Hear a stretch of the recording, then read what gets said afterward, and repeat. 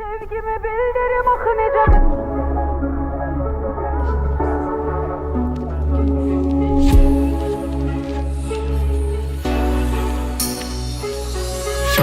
Boğdum, nefesimi kestin.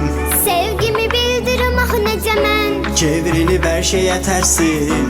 Tək düzəldə bilərəm necə mən. İstəmirəm daha bəsdim. Sevgimi sayınma heç mən. Ayrılaq oluram təslim. Ağlayıram axı mən gecədən.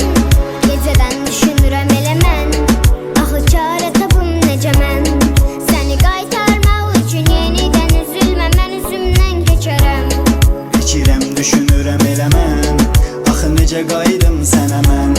Bizdə alınmaz, inancı olmaz. Necə mən özümdən keçərəm. Nəyə lazım belə dünya? Etdin məni kölə dünya. Mənə sənsiz bir ömür olmaz. İnan mən ölümü seçərəm. Gönlü dönsün yenə dünya. Olmam sənə kölə dünya. Əgər hər şey yenidən olsa, yenə mən özümü seçərəm. Sevgimi bildirim ah necə mən. Ağlayıram axı mən Çək gecədən. elini sevgimi üstündən. Geri qayıt üzərimə düzgün gəl. İstəsən ol mənim güzgümsən. Budurmu sadəcə üzgün mən. Çək əlini sevgimin üstündən. Geri qayıt üzərimə düzgün gəl.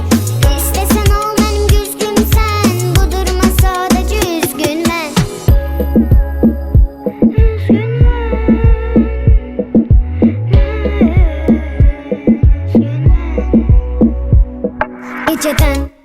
Gecədən düşünürəm elə mən.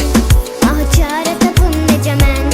Səni qaytarmaq üçün yenidən üzülmə, mən üzümdən keçərəm. Fikirəm, düşünürəm elə mən. Axı necə qaydım sənə mən. Bizdə alınmaz, inancı olmaz. Necə mən özümdən keçərəm. Sevgimi bildirim axı necə mən. Ağlayıram axı mən gecədən.